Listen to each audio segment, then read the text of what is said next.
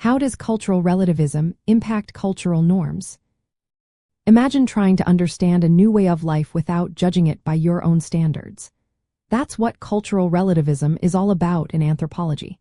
It's a way of looking at different cultures through their own eyes, not yours.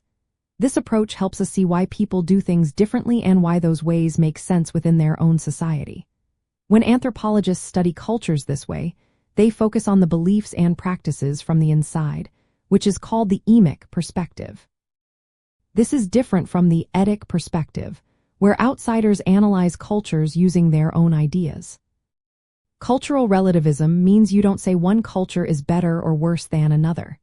Instead, you accept that each culture has its own set of rules and values that work for them.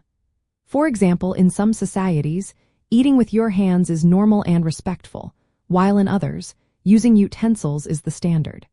Without understanding the cultural context, these practices might seem strange or even wrong. But when you see them as part of a culture's way of life, they make perfect sense. This way of thinking also helps prevent ethnocentrism, which is judging other cultures based on your own.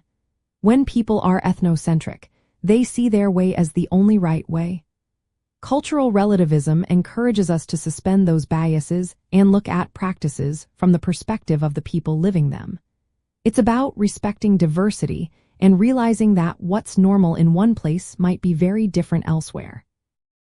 In everyday life, this idea can be seen in how different communities celebrate festivals, dress, or even how they greet each other.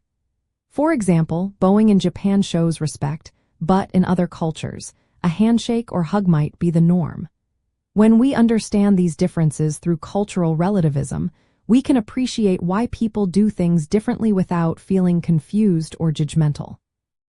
In research, cultural relativism guides anthropologists to spend time with communities, observe their routines, and understand their norms from their point of view. It also helps when comparing cultures, as it encourages us to see each society's practices within their own context, rather than trying to judge them by external standards. By adopting this way of thinking, we foster respect and open-mindedness. It reminds us that cultural norms are shaped by history, environment, and social needs. When we understand this, we're better equipped to appreciate the rich variety of human life and the many ways people find meaning and order in their daily routines.